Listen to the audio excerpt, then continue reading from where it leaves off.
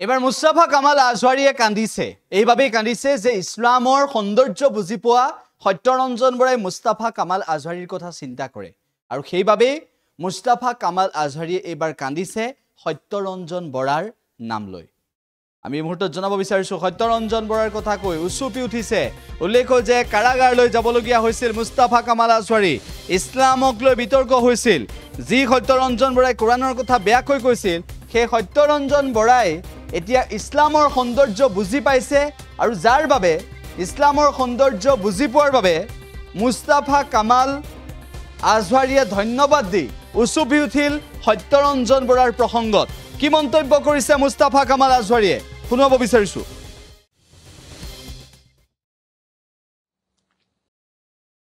সত্যৰঞ্জন বৰা ডাঙৰীয়াই মোক হেল্প কৰিছে বাট টকা পইচাত নহয় টকা পইচা মই তেওঁৰ পৰা 1 টকা এতিয়ালৈকে লোৱা নাই মই এইবাৰ যেতিয়া গুৱাহাটীৰ পৰা লখিমপুৰ আহি আছো ট্ৰেইন ষ্টেচনত তেখেতে মোক 500 টকা এটা দিছিলে এজন সনাতনী হয় এজন সনাতনী মানুহে যিজনে ধৰক এটা সময়ত কোৰানক বহুত বেয়াকে কৈছে যিজন ব্যক্তিয়ে হযৰত মুহাম্মদক বহু ধৰণৰ কুৱেশ্যন কৰিছে তেনেকুৱা এজন ব্যক্তিয়ে মুস্তাফা কামাল আজহাৰীক সহায় কৰিছে তেখেতে ফোন কৰি খবৰ লৈছে এটো কাৰণে নহয় যে মই সনাতনী হৈ গলো নাই এটো কাৰণে তেখেতে কৰবাত নহয় কৰবাত ইছলামৰ সৌন্দৰ্যটো তেখেতে বুজিলে ইছলাম আসলতে কিমান কালাৰফুল হয় ইছলামত কিমান স্পিৰিচুৱেলিটি আছে কিমান ইছলামৰ ভিতৰত সৌন্দৰ্য আছে কিমান গুণ আছে এইবোৰ সত্যৰঞ্জন বৰাই কৰবাত নহয় কৰবাত অনুভৱ কৰিছে তেখেতক ধন্যবাদ কেনেকে জনাম মই ভাবি নাপাওঁ পৃথিৱীৰ সকলো মানুহেও যদি সত্যৰঞ্জন বৰাক বেয়া পায় নহয় মই কেতিয়াও বেয়া পাব নোৱাৰিম কাৰণ তেখেতে মোক নহয় মুস্তাফা কামাল আজহাৰীক নহয় তেখেতে কৰবাত নহয় কৰবাত এজন মুছলমান লৰাক মইতো মুছলমান হওঁ ন এজন মুছলমান লৰাকে তেখেতে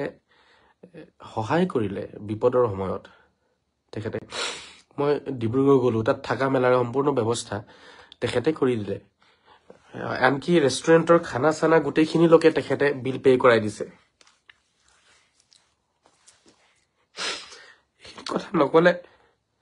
এই কথাখিনি নকলে মোৰ পাপ হ'ব এইখিনি মই সদায় কম মই যিমান দিন জীয়াই থাকিম মই state media national media international মিডিয়াত মই সব মিডিয়াতে কথাটো কম গোটেই পৃথিৱীৰ মানুহৰ সন্মুখত কম যিজন ব্যক্তিয়ে কোৰানক এটা সময়ত অপমান কৰিছিলে সেইজন ব্যক্তিয়ে মুস্তাফা কামাল আজহাৰীক তো এই বিপদৰ সময়ত হেল্প কৰিছে তেওঁ এটো কাৰণে মোক হেল্প কৰা নাই যে মই সনাতনী নাই এটো কাৰণে নহয় এটো কাৰণে মোৰ ভিতৰত কৰবাত নহয় কৰবাত সত্যতা লুকাই আছে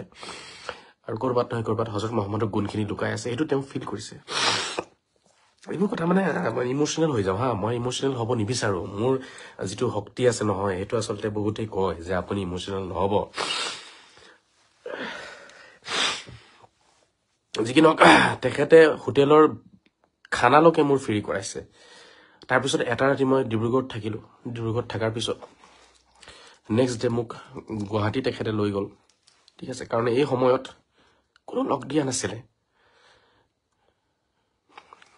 কোনো লগ দিয়া নাছিলে কোটি কোটি থকা মানুহ আছিলে কিমান টকা আছে মানুহৰ ওচৰত কিমান টকা আছে পৃথিৱীত কিন্তু এই সময়ত মাত্ৰ মই কেইটা ভাল কথা কৈছিলো ন মই কি কৈছিলো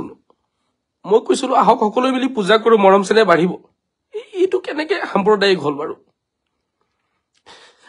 এই বস্তুটো সাম্প্ৰদায়িক কেনেকে হল আমি সকলোৱে পূজা কৰো আহক মৰম চেনেহ বাঢ়িব আমাৰ মাজত এইটো মৰমৰ বাৰ্তা হ'ব পাৰে এইটো কেতিয়াও সাম্প্ৰদায়িকটো হ'ব নোৱাৰে